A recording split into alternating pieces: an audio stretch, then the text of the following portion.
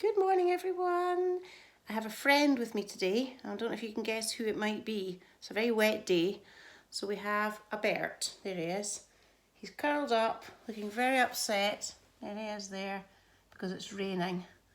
And he doesn't like when he can't get out for a decent walk. So anyway, he's going to lie beside me, looks like it when I'm reading the story this morning, although he might decide to move around. So we'll see. Right, I hope you enjoyed reading or listening to the first little bit of Fing. We're on to chapter 4, and remember the challenge I set you, which was the A to Z. New grids are coming out on Monday, so I'll put a wee note about any more challenges as well on there. So keep watching and then keep checking the YouTube channel because I'm trying to do one of these every morning.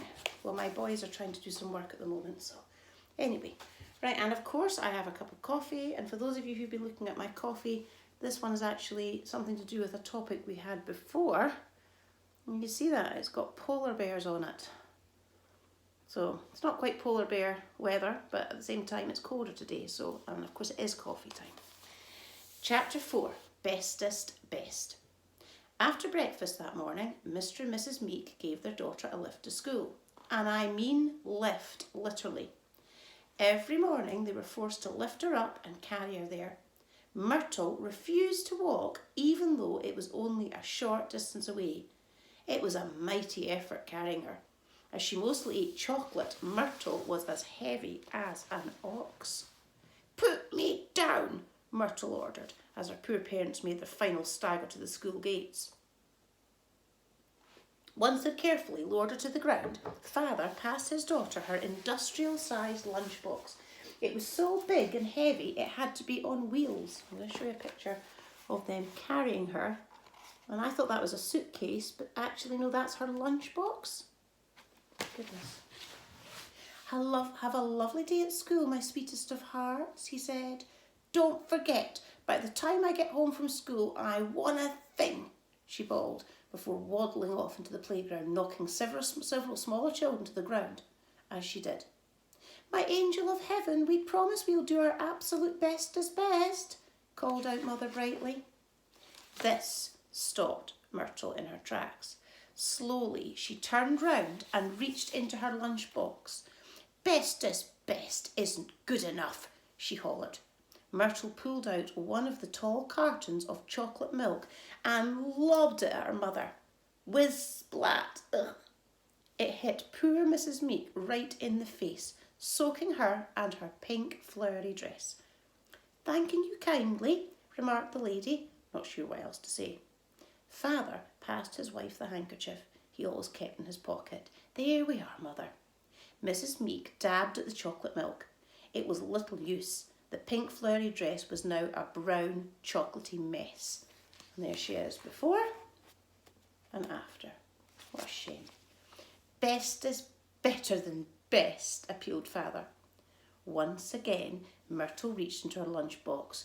Oh dear, muttered Father, closing his eyes as he was sure something was about to be lobbed in his direction. He was right. Zoom. Splurge.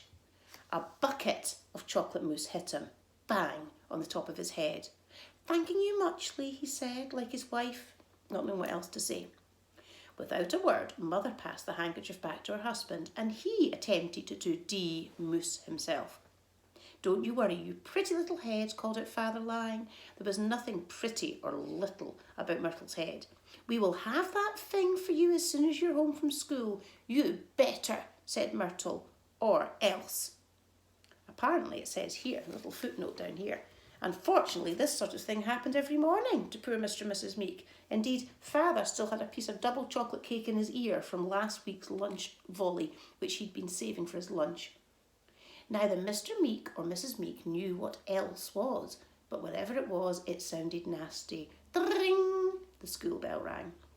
As soon as Myrtle began lumbering off towards her classroom, Father took his wife's hand. Oh, you're very forward, Mr. Meek, she remarked. And I know the perfect place to start looking for a thing, said the librarian. Where? The library, of course. Chapter 5. Now, I'm not sure about the title of this chapter. It's called Giant Poops. Oh. Mr. and Mrs. Meek bolted down the street. They were quite a sight, both covered as they were in chocolatey brown gunge. The pair looked like two giant poops making a dash for freedom. Ooh, whoosh! As soon as they reached the doors to the library, they slowed to a stroll. Pitter-patter. Now this library looks amazing, boys and girls. Look at it. It's got like this upstairs bit, and then underneath it's got like the vaults. So that looks quite exciting, doesn't it? It looks quite an old library, and it's got a big sign saying silence. After all, the library is a place where you should always be on your best behaviour, especially if you're a librarian.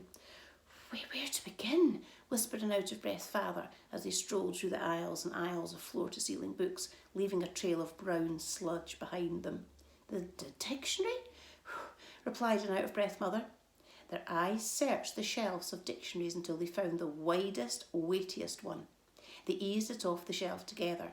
The book was almost as heavy as their daughter. Almost, but not quite. Nothing was as heavy as Myrtle. Mrs. Meek eagerly flipped through the pages until she reached the long, long list of words that began with F. However, soon a word that began with F, frustration, was painted all over her face. Fing isn't in the dictionary, she whispered. Oh, for goodness sake, exclaimed Father. Shh, said Mrs. Meek, pointing to a sign that her husband himself had put up, which said silence. Sorry, he mouthed, before continuing. That doesn't mean there's no such thing as a Fing. There are thousands and thousands of books in the library. Surely one of them must mention a Fing. But what book should we look at next, Father? Well, let's think, Mother. What does a Fing sound like? Both went into deep concentration. A root-shaped vegetable? Said Mother, searching for the big book of root-shaped vegetables. An annoying board game? Suggested Father, and he got the history of annoying board games book down. A very distant planet, said Mother, as she found a book called The Universe and Beyond, the Beyond of the Beyond. Books, books and more books tumbled off the shelves. Books about the human body, books about cars, books about flowers, books about antiques, books about books. Could a Fing be that thing that's left in your plug hole after a bath? Suggested Father. An unidentifiable item of clothing you find in the tumble dryer, guessed Mother. Guesses were volleyed backwards and forth like tennis balls. Something sticky you find up your nose that isn't a bogey. Ooh, a mysterious stain. A gangly bit of a jellyfish. A prize from a Christmas cracker that you never actually work out what it is. Some things you find stuck to a dog, like this one. That dangly bit of your belly button that looks like the end of a balloon. The fluffy stuff you find between your toes. The opposite of Fong, exclaimed Mrs. Meek. What's a Fong? Asked Mr. Week. I don't know, she replied. Hours passed until the exhausted pair had searched through every single book in the library. Just as they were about to admit defeat and brace themselves for the wrath of their daughter, Mrs. Meek had a thought. There is one place we haven't looked, she said. Where? Where? The ancient vaults of the library. That's where all the old books are kept. We might find a clue down there. Mr. Meek gulped. But Mrs. Meek, we librarians are strictly forbidden to go down to the vaults. Everybody is forbidden. Nobody had been down there for 100 years. Right, boys and girls, you had your A to Z challenge. Your next challenge is a drawing challenge. I would like you to draw a picture of Myrtle. Here she is here. It's actually quite good colours because it's got her in clothes. The cardigan all buttoned up the wrong way.